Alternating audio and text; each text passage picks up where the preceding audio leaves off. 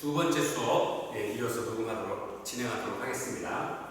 저희가 이제 이 전 시간에 치매에 대해서 치매의 어떤 우리나라의 발병들, 유병들, 그 다음에 치매가 어떻게 무엇을 치매라고 부르는지 한번 같이 공부를 했었고요. 자, 이제 그러면 치매의 원인과 유형에 대해서 같이 공부하도록 하겠습니다. 교재, 여러분들 보시는 교재 276페이지에서부터 시작을 하고 있는데요. 같이 보도록 할까요? 치매의 유형이 이렇게 5가지로 구별을 하고 있습니다. 퇴행성 알츠하이머병, 그다음에 뇌혈관성 치매, 그다음에 루이치의 치매, 4번이 전두측두엽 치매, 5번이 알코올성 치매. 젊으신 분들 중에서 그게 늘어나는 분들 중에는 이제 알코올성 치매가 많이 늘어나고 있다라고 말씀들을 많이 하고 계시고요. 퇴행성 알츠하이머병, 요즘 이제 치매, 이전에는 치매하고 알츠하이머병을 구별을 하기로 했습니다만, 이제 같은 이제 의학적인 원인을 보고서 같이 이제 구별해 놓고 있는데요.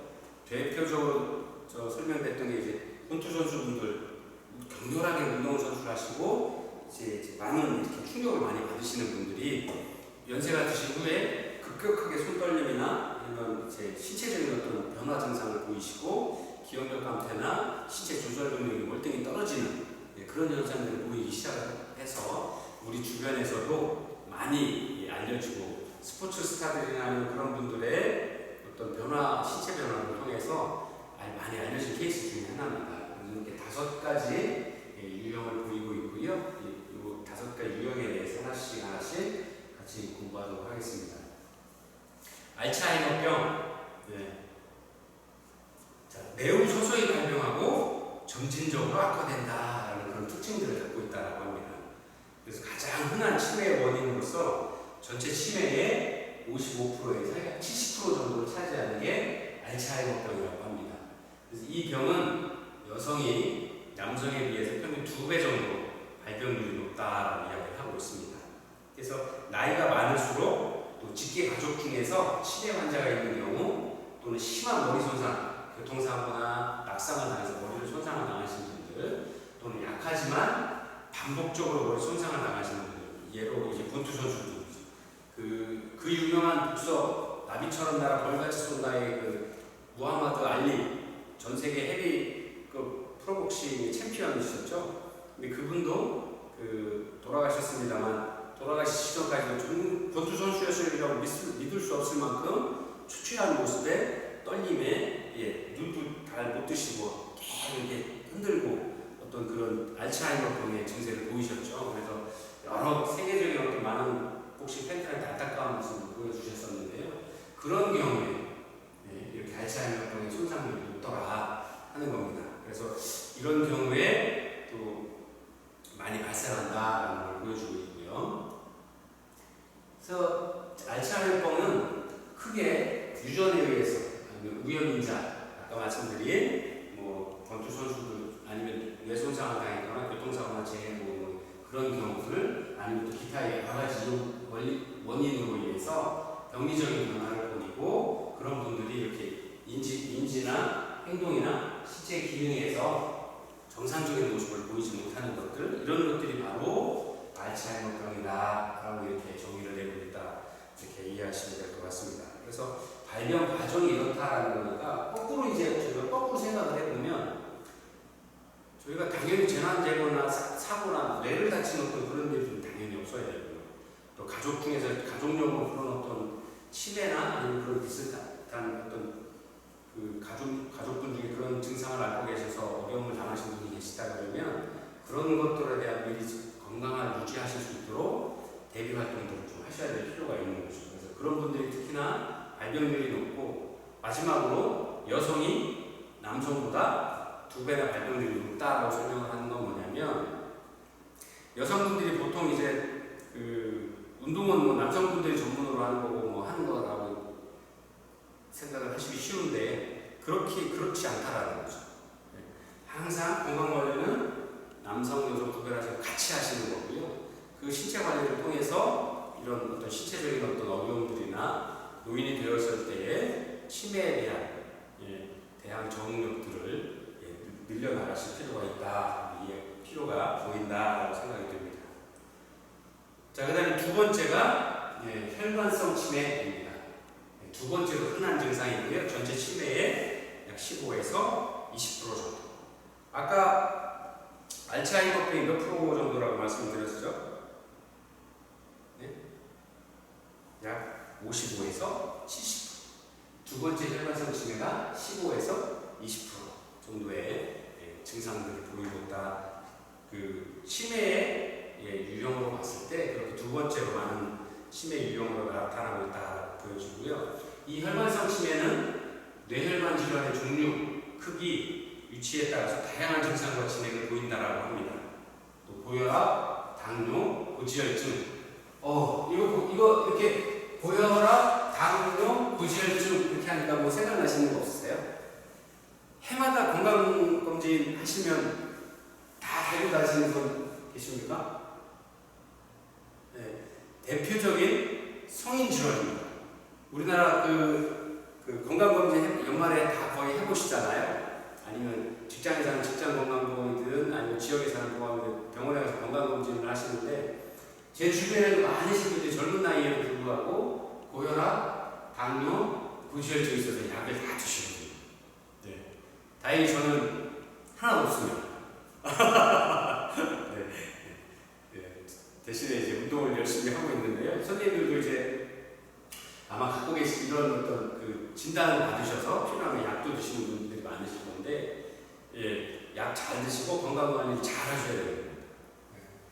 그래서 혈관성 치매는 이렇게 고혈압, 당뇨, 고지혈증 등이 있으신 분들, 이런 경우 또 흡연을 하거나 과음을 자주 하는 사람, 그런 분들한테서 발생이 증가하고요.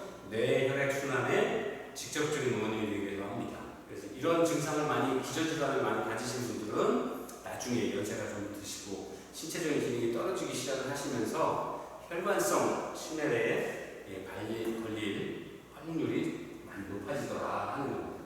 그래서 이 고혈압, 대다수 고혈압도 심장이 혈액의 압력이 밀어내주고 하는 압력이 떨어지는 거잖아요. 이게 신체 기능이 저하되거나 아니면 너무 이렇게 덩치가 커지시면 심장이 부담을 느끼는 거죠. 당뇨, 인슐린, 췌장의 기능이 많이 떨어지는 거죠.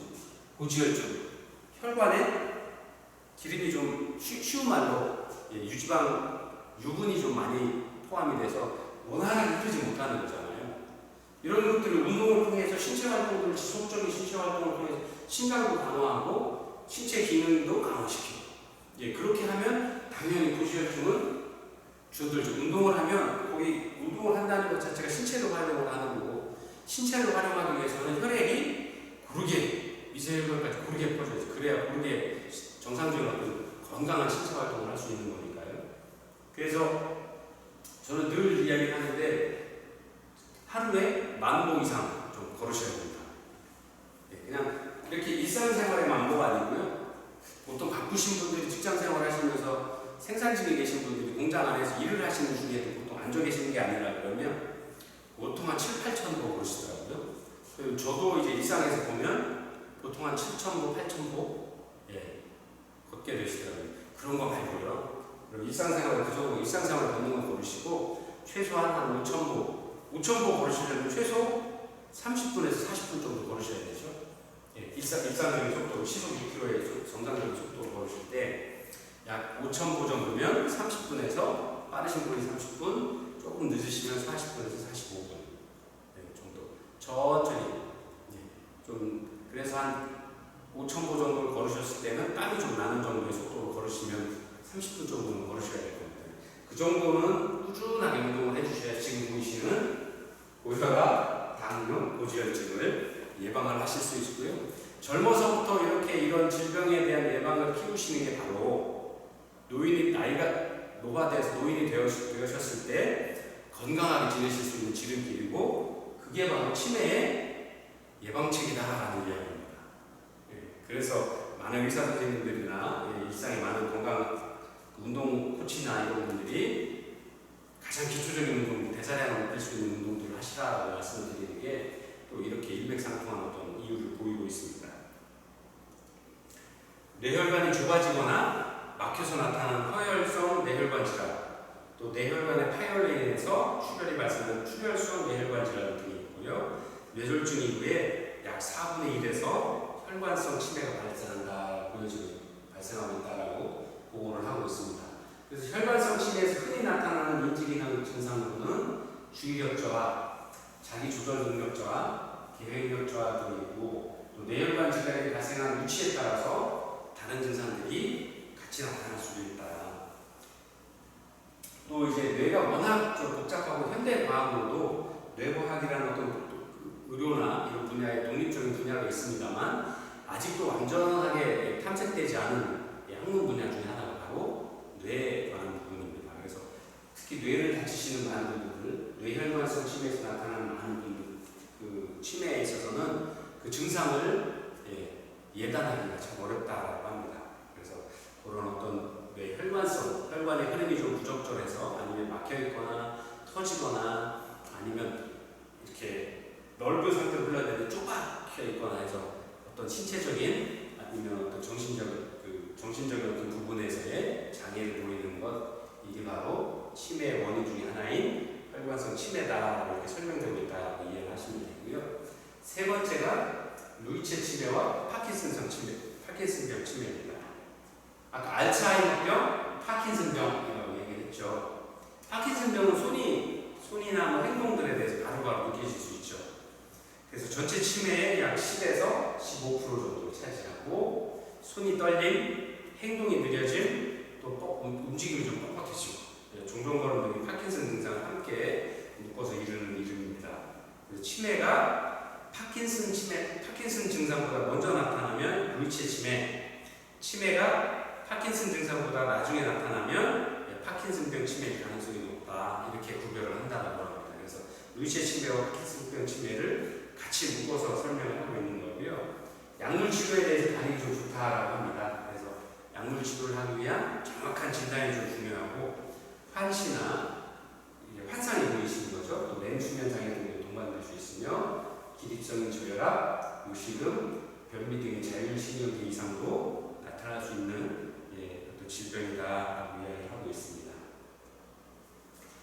자, 네 번째가 전두 축두엽 치매다라고 합니다. 치매 중에서 약 5에서 10% 정도. 전두엽, 그러니까 뇌의 기능 중에서 앞에 부분이죠. 그래서 보통 아주 중요한 부분은 우리가 사고하고 논리적인 사고와 논리적인 사고력이 좀 집중되어 있는 어떤 뇌의 부분이다라고 이야기를 합니다. 그런데 그런 뇌의 앞부분에 문제가 발생할 경우에 말을 이상하게 한다거나 참을성이 없어지다거나 판단력이 저하될 수 있던 경우들을 보이고 있는데요. 이런 50대에서 흔히 발병하는 치매 중에 하나고요. 기억력의 저하보다 언어, 절제, 판단, 사고 등의 기능 저하가 먼저 나타나는 게 그 특징으로 설명되고 있습니다. 다섯 번째가 이제 알코올성 치매입니다. 알코올성 치매는 참 본인이 알코올을 많이 드시게 되면, 알코올에 많이 노출되면 앓게 되는 뇌의 어떤 이상 증상을 보이게 되는 치매의 원인인 것까지도 설명되고 있는 질환이고요. 보통 이제 알코올 섭취량에 따라서 50대의 비교적 이른 나이에 발생할 수도 있고, 늦게는 70대 이후에도 발생할 수 있다고 설명을 하고 있습니다. 원인은 장기간 지속된 과음이 원인이라고 합니다. 알코올 자체의 독성에 의해서 치매가 발생하는 경우도 있고, 또는 알코올 섭취로 인한 비타민 B와 결핍이 원인이 되어서 나타나는 그런 경우도 있다고 합니다. 그래서 보통 이제 저희가 연말에 건강검진 해보면 설문하시죠. 그래서 일주일에 술을 얼마나 자주 드십니까? 그 다음에 1회 드실 때 술의 양은 얼마나 됩니까? 술의 종류는 이렇게 이런 걸 물어보시고, 질문을 통해서 이분이 건강에 술을 주류를 섭취를 하는지, 아니면 과음을 좀 하시는지, 생활습관에서 그걸 확인을 해서 알코올성 치매에 대한 어떤 예비조사를 하고 필요하면 또 검사를 하게 되는 경우들이 있는데, 알코올성 치매가 이렇게 발생을 하고 있기 때문에 그런 것들을 확인을 하고 있는 겁니다. 치매의 위험 요인, 여러분들 교재 278페이지 아래쪽 하단에 표 16-1을 한번 보시면 좋겠습니다. 치매, 보통 이제 60세 이후에 급격히 증가한다라고. 아까 설명드렸죠. 60세에서 65세까지가 몇 프로? 그 다음에 65세에서 70세. 약 한 6%에서 6.5%, 7% 이하 발병률을 보이고 있었죠. 근데 75세가 넘어가면서 20%로 넘어가고, 80세가 넘어가면서, 85세가 넘어가면서 40% 이상 발병률을 보인다라고 설명을 드렸는데요. 그 치매가 60세 이후에 급격히 증가하는 어떤 증상들을 좀 보이고 있고, 교육 수준으로 따지면 일반적으로 교육 수준이 낮을수록 치매에 대한 발병률이 더 높게 나오더라 하는 겁니다. 왜 그럴까요? 교육 수준하고 치매하고 무슨 연관이 있죠? 네, 왜 그렇게 생각할까요? 왜 그렇게 보여지고 있을까요? 저는 이제 그 일상생활에서 봤을 때 대다수의 많은 분들이 노동과 신체 활동의 이제 노동과 운동에 대한 구별을 좀 잘 못하시고 계시다.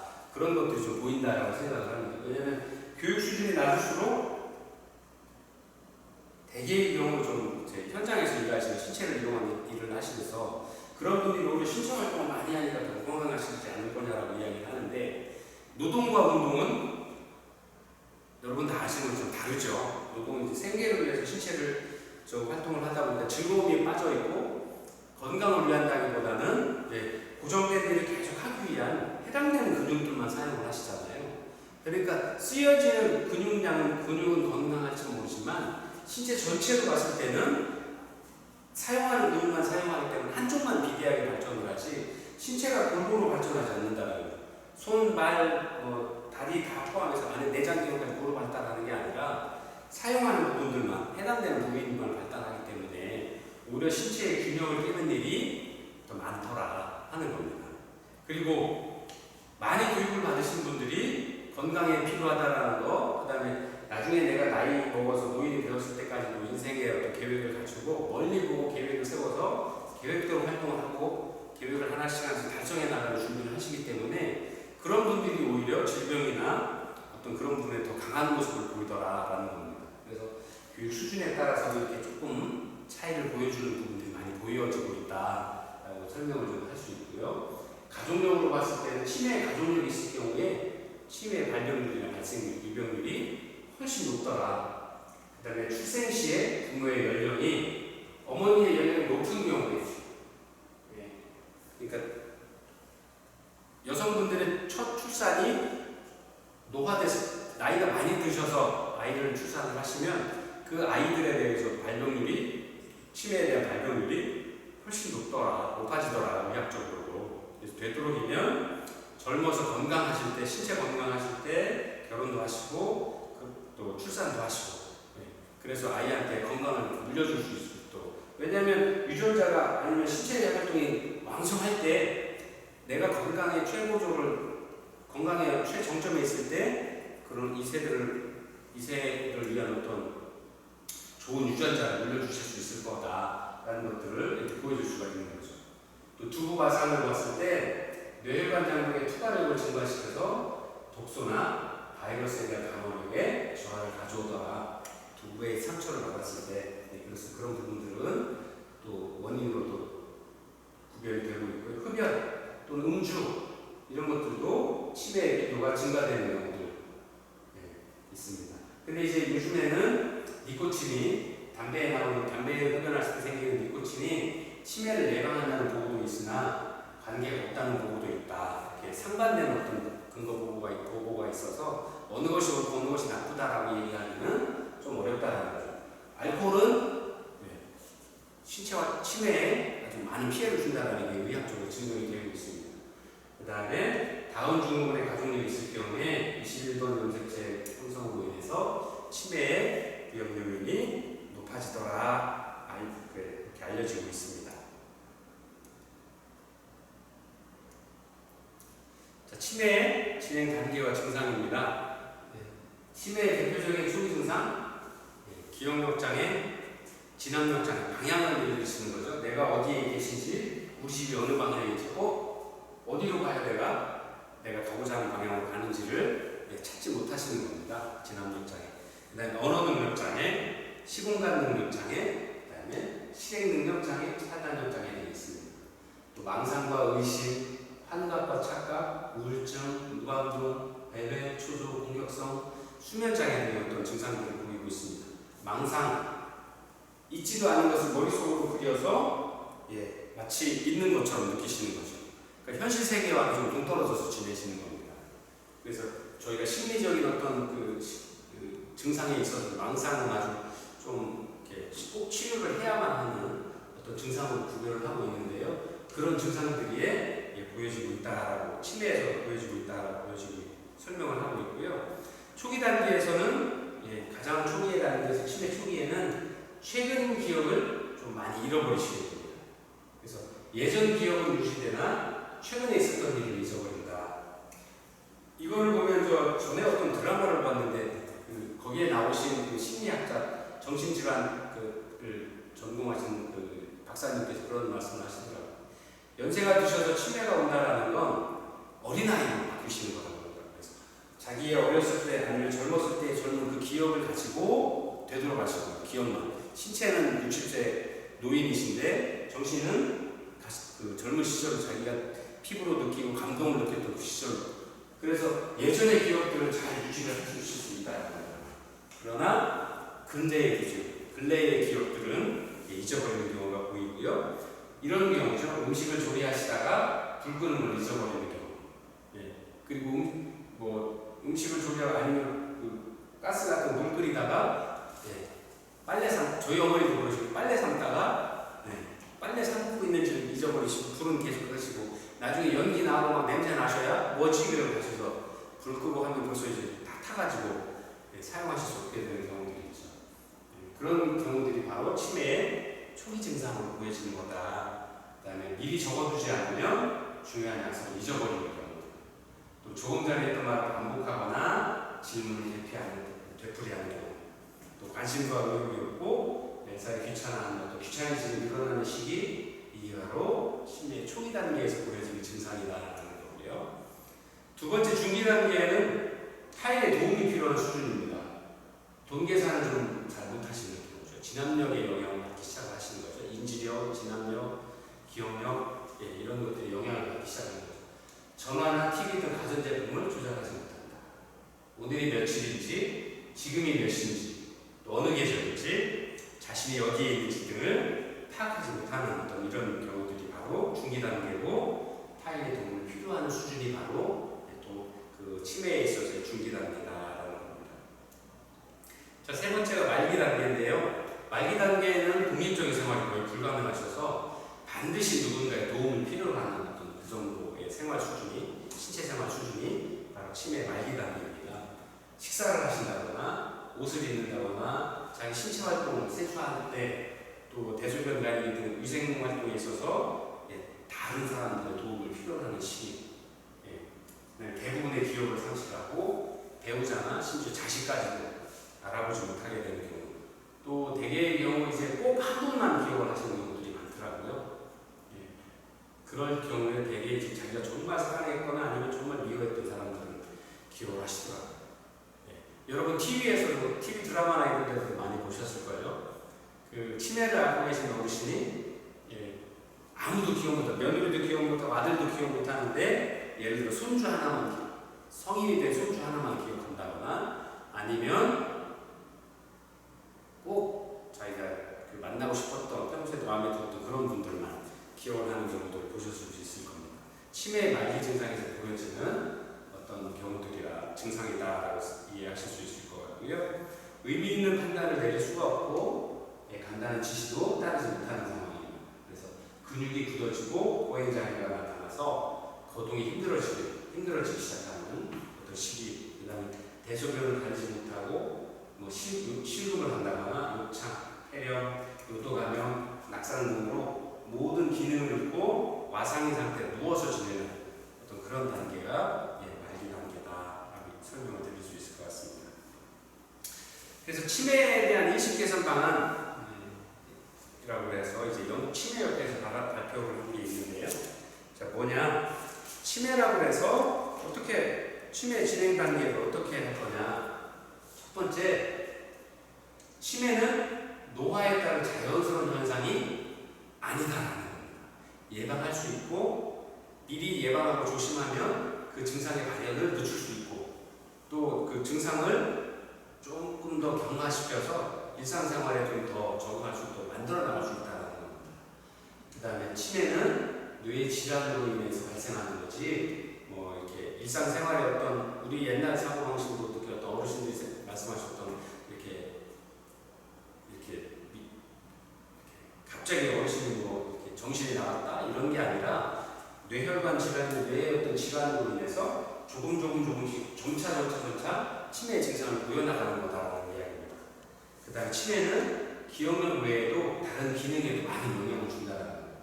치매가 있어도 잘 지낼 수 있고요. 또 치매가 있다고 해서 그 사람이 없어지는 건 아니다. 그래서 이런 이야기는 뭐냐? 도와가면서 함께 살아가고 있는 구성원으로서의 어떤 치매 노인까지도 돌볼 수 있는 어떤 체계들을 지역사회에서 아니면 국가에서 갖추고 있어야 되는 어떤 근거로 만들어내기 위한 설명들이라 이렇게 설명을 하고 있습니다. 치매는 조기 발견이 가장 중요하죠.